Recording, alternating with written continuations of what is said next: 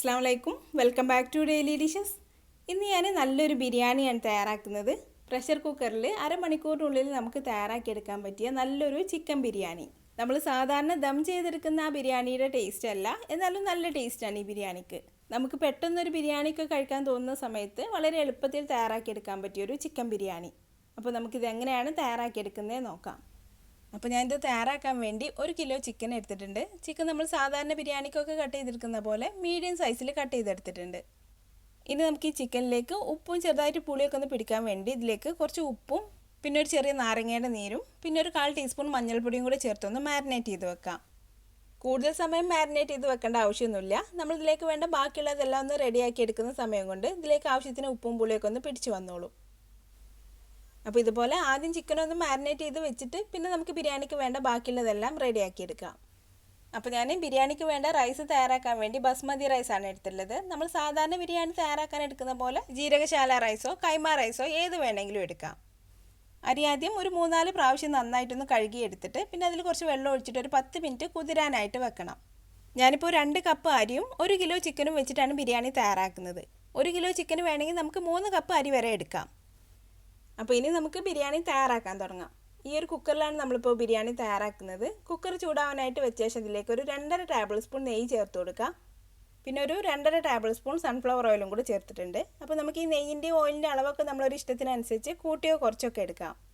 അപ്പോൾ ആദ്യം നമുക്ക് ബിരിയാണിയിൽ ചേർക്കാൻ വേണ്ട സവാളയൊന്ന് ഫ്രൈ ചെയ്തെടുക്കാം.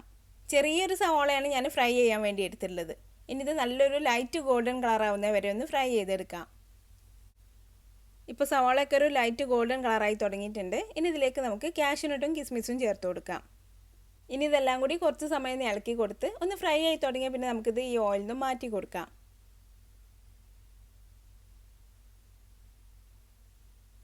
അപ്പോൾ ഫ്രൈ ചെയ്തതെല്ലാം ഈ ഓയിലിൽ നിന്ന് മാറ്റിയിട്ടുണ്ട്. ഇനി ഇതിലേക്ക് ഒരു കഷ്ണം കറുവപ്പട്ട ചേർത്ത് കൊടുക്കാം. പിന്നെ ഒരു 5-6 ഏലക്കായ ചേർത്ത് കൊടുക്കാം. പിന്നെ അതുപോലെ ഒരു 5-6 ഗ്രാമ്പും കൂടെ ചേർത്ത് കൊടുക്കാം. ഇനി ഇതെല്ലാം ഒന്ന് മൂത്ത് വന്നാൽ പിന്നെ ഇതിലേക്ക് സവാള ചേർത്ത് കൊടുക്കാം. ഞാനിപ്പോൾ ഇതിലേക്ക് 3 വലിയ സവാള എടുത്തിട്ടുണ്ട്. സവാള നമ്മൾ സാധാരണ ബിരിയാണിക്ക് ചെയ്യുന്ന പോലെ അത്ര കട്ടി കുറച്ച് കട്ട് ചെയ്യണമെന്നില്ല. ഇതിപ്പോൾ കുക്കറിലായതുകൊണ്ട് അത്ര കട്ടി കുറച്ചിട്ടില്ലെങ്കിലും നന്നായിട്ട് വെന്ത് ഉടഞ്ഞ് വന്നോളും. അപ്പോൾ ഈ സവാള പെട്ടെന്നൊന്ന് വഴന്ന് കിട്ടാൻ വേണ്ടി ഞാൻ ഇതിലേക്ക് കുറച്ച് ഉപ്പും കൂടെ ചേർത്ത് കൊടുക്കുന്നുണ്ട്. ഇനി ഇത് നന്നായിട്ട് വഴറ്റിയെടുക്കേണ്ട ആവശ്യമൊന്നുമില്ല. ഒന്നങ്ങ് വഴന്ന് വന്ന് അതിൻ്റെ പച്ചമണമൊക്കെ ഒന്ന് മാറി ഒന്ന് സോഫ്റ്റായി കിട്ടിയാൽ മതി. ഇപ്പോൾ സവാള ഒന്ന് വാടി വന്നിട്ടുണ്ട്. ഇനി ഇതിലേക്ക് ഇഞ്ചി വെളുത്തുള്ളി പച്ചമുളക് ചതച്ച് ചേർത്ത് കൊടുക്കാം. ഞാനിപ്പോൾ ഇതിലേക്ക് 15 വെളുത്തുള്ളിയും പിന്നെ ഏകദേശം വെളുത്തുള്ളിയുടെ പകുതിയോളം ഇഞ്ചിയും പിന്നെ ഒരു 8 പച്ചമുളകും എടുത്തിട്ടുണ്ട്.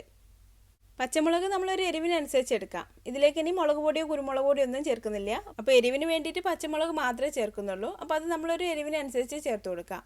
അപ്പോൾ ഇനി നമുക്ക് ഈ ഇഞ്ചിൻ്റെയും വെളുത്തുള്ളിൻ്റെയൊക്കെ ഒരു പച്ചമണം മാറി വരുന്നവരെ നന്നായിട്ടൊന്ന് വഴറ്റിയെടുക്കാം. ഇപ്പോൾ ഇഞ്ചിയും വെളുത്തുള്ളിയൊക്കെ നന്നായിട്ട് വഴന്നു വന്നിട്ടുണ്ട്. ഇനി ഇതിലേക്ക് ഒരു 1/4 ടീസ്പൂൺ മഞ്ഞൾപ്പൊടിയും കൂടെ ചേർത്ത് കൊടുക്കാം. ചിക്കനിൽ ആദ്യം നമ്മൾ കുറച്ച് മഞ്ഞൾപ്പൊടി ചേർത്തിട്ടുണ്ട്. അപ്പോൾ ബിരിയാണിക്ക് കൂടുതൽ മഞ്ഞ കളർ വേണമെന്നുണ്ടെങ്കിൽ മാത്രം ഇപ്പോൾ മഞ്ഞൾപ്പൊടി ചേർത്താൽ മതി. മഞ്ഞൾപ്പൊടി ചേർത്തൊന്ന് വഴറ്റിയെടുത്ത ശേഷം പിന്നെ ഇതിലേക്ക് നമുക്ക് തക്കാളി ചേർത്ത് കൊടുക്കാം. 2 തക്കാളി ചേർത്തിട്ടുണ്ട്. ഇനി ഇതിൻ്റെ കൂടെ തന്നെ ഒരു പിടി മല്ലിയിലയും 2 തണ്ട് പുതിനയിലയും കൂടി അരിഞ്ഞെടുത്ത് ചേർത്ത് കൊടുക്കാം. പിന്നെ 2 ടേബിൾ സ്പൂൺ അധികം പുളിയില്ലാത്ത തൈര് ചേർത്ത് കൊടുക്കാം. പിന്നെ ഒരു 3/4 ടേബിൾ സ്പൂൺ ഗരം മസാലയും കൂടെ ചേർക്കാം. ഈ ഗരം മസാല കറുവപ്പട്ടയും ഗ്രാമ്പും ഏലക്കായും ഒരളവിലും പിന്നെ കുറച്ച് പെരുംജീരകം കൂടെ ചേർത്ത് പൊടിച്ചിട്ടുള്ളതാണ്. അപ്പോൾ ഇതെല്ലാം കൂടി നന്നായിട്ടൊന്ന് മിക്സ് ചെയ്ത് കൊടുത്ത ശേഷം പിന്നെ ഇതിലേക്ക് നമ്മൾ മാരിനേറ്റ് ചെയ്ത് വെച്ചിട്ടുള്ള ചിക്കൻ ചേർത്ത് കൊടുക്കാം. ഇനി ചിക്കൻ മസാലയിലിട്ട് നന്നായിട്ടൊന്ന് മിക്സ് ചെയ്ത് കൊടുക്കാം. ചിക്കൻ മസാലയിലിട്ട് നന്നായിട്ടൊന്ന് മിക്സ് ചെയ്ത് കൊടുത്ത ശേഷം പിന്നെ നമുക്കിതൊരു 5 മിനിറ്റോളം ഒന്ന് മൂടി വെച്ച് കൊടുക്കാം. കുക്കറിന് മുകളിലുള്ള വെയിറ്റ് ഇടാതെ ഒരു 5 മിനിറ്റ് നമുക്ക് മീഡിയം ഫ്ലെയിമിൽ വെച്ച് കൊടുക്കാം. ഒരു 4-5 മിനിറ്റ് ആയി തുടങ്ങിയിട്ടുണ്ടെങ്കിൽ ചിക്കൻ ഇതുപോലെ കുറച്ച് വെള്ളമൊക്കെ ഇറങ്ങി വരും. അപ്പോൾ നന്നായിട്ടൊന്ന് മിക്സ് ചെയ്ത് കൊടുക്കാം. മിക്സ് ചെയ്ത് നോക്കിയിട്ട് ഉപ്പ് എന്തെങ്കിലും കുറവുണ്ടെങ്കിൽ ആവശ്യത്തിന് വേണ്ടേ ചേർത്ത് കൊടുക്കാം. ഇനി ഈ മസാലയുടെ മുകളിൽ കുറച്ച് മല്ലിയിലയും പുതിനയിലയും ചേർത്ത് കൊടുക്കാം. ഇനി ഇതിൻ്റെ മുകളിൽ നമ്മൾ കുതിർത്ത് ഊറ്റിയെടുത്തിട്ടുള്ള അരി ചേർത്ത് കൊടുക്കാം. അരി ഇനി നന്നായിട്ടൊന്ന് പരത്തിയിട്ട് കൊടുക്കാം. അരിയെല്ലാം നന്നായിട്ടൊന്ന് പരത്തിയിട്ട് കൊടുത്ത ശേഷം പിന്നെ ഇതിലേക്ക് നമുക്ക് വെള്ളം ചേർത്ത് കൊടുക്കാം. 1 കപ്പ് അരിക്ക് 3/4 കപ്പ് വെള്ളം എന്നുള്ള അളവിലാണ് ചേർക്കുന്നത്. അപ്പോൾ ഞാൻ 2 കപ്പ് അരിക്ക് വേണ്ടി 1.5 കപ്പ് ചൂടുവെള്ളം എടുത്തിട്ടുണ്ട്. ഇനി നമുക്ക് ഈ അരിയിലേക്ക് ആവശ്യത്തിന് വേണ്ട ഉപ്പ് ഈ വെള്ളത്തിലിട്ടൊന്ന് മിക്സ് ചെയ്ത് കൊടുക്കാം. ഉപ്പ് നന്നായിട്ടൊന്ന് മിക്സ് ചെയ്ത് കൊടുത്ത ശേഷം വെള്ളത്തിലേക്ക് ഒഴിച്ചു കൊടുക്കാം.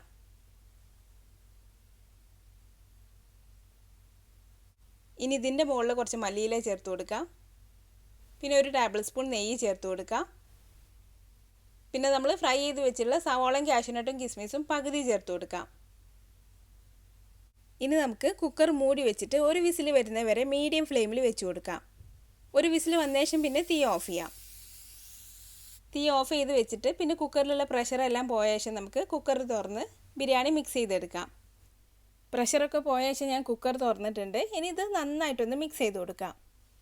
ചോറൊന്നും വേവേറിപ്പോവൊന്നും ചെയ്തിട്ടില്ല, നല്ല പാകത്തിന് വെന്തിട്ടുണ്ട്. അതുപോലെ ചിക്കനും നന്നായിട്ട് വെന്തിട്ടുണ്ട്. അപ്പോൾ നമുക്ക് ഈ ബിരിയാണി നന്നായിട്ടൊന്ന് മിക്സ് ചെയ്ത് കൊടുത്ത ശേഷം സെർവ് ചെയ്യാം. സെർവ് ചെയ്യുമ്പോൾ നമുക്ക് അതിന് മുകളിലായിട്ട് ബാക്കിയുള്ള കാഷ്യൂനട്ടും കിസ്മിസും പിന്നെ സവാളയൊക്കെ ചേർത്ത് കൊടുക്കാം. അപ്പോൾ നമ്മൾ വളരെ എളുപ്പത്തിൽ പ്രഷർ കുക്കറിൽ തയ്യാറാക്കിയെടുത്തിട്ടുള്ള ബിരിയാണി റെഡി ആയിട്ടുണ്ട്. ഞാനിതിൻ്റെ കൂടെ സൈഡ് ഡിഷായിട്ട് നല്ലൊരു മുളകച്ചാർ തയ്യാറാക്കിയിട്ടുണ്ട്. നല്ല എരിവും പുളിയും മധുരമൊക്കെ ആയിട്ട് നമുക്ക് കല്യാണ വീടുകളിൽ നിന്നൊക്കെ ബിരിയാണിയുടെ കൂടെ കിട്ടുന്ന പോലുള്ള നല്ലൊരു മുളകച്ചാർ. അപ്പോൾ ഈ അച്ചാറിൻ്റെ റെസിപ്പി ഞാൻ അടുത്ത ദിവസം ഇടാം. അപ്പോൾ അരമണിക്കൂറിനുള്ളിൽ വളരെ ഈസി ആയിട്ട് തയ്യാറാക്കിയെടുക്കാൻ പറ്റിയ ഈ ചിക്കൻ ബിരിയാണി നിങ്ങളൊന്ന് തയ്യാറാക്കി നോക്കിയിട്ട് അഭിപ്രായം എന്നെ കമൻറ്റിലൂടെ അറിയിക്കാൻ മറക്കരുത്.